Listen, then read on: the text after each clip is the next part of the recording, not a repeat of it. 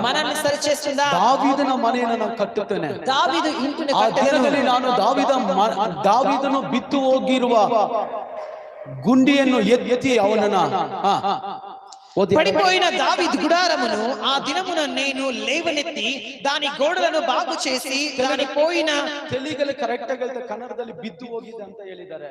ಆದ್ರೆ ಇನ್ನೊಂದು ಅಪೊಸ್ತಲ ಕೃತ್ಯದಲ್ಲಿ ನೋಡ್ತೀವಿ, ಬಿದ್ದು ಹೋದ ದಾವೀದನ ಮನೆಯನ್ನ ಎತ್ತು ಕಟ್ಟುತ್ತಾನೆ. పడిపోయిన దావీదుని లేచి కట్టాడు అని. ದೇವರು ಕಟ್ಟುತ್ತಾನೆ, ದೇವರು ಎಬ್ಬಿಸುತ್ತಾನೆ, ದೇವರು ನಿಲ್ಲಿಸುತ್ತಾನೆ. ಹಲ್ಲೆಲೂಯಾ.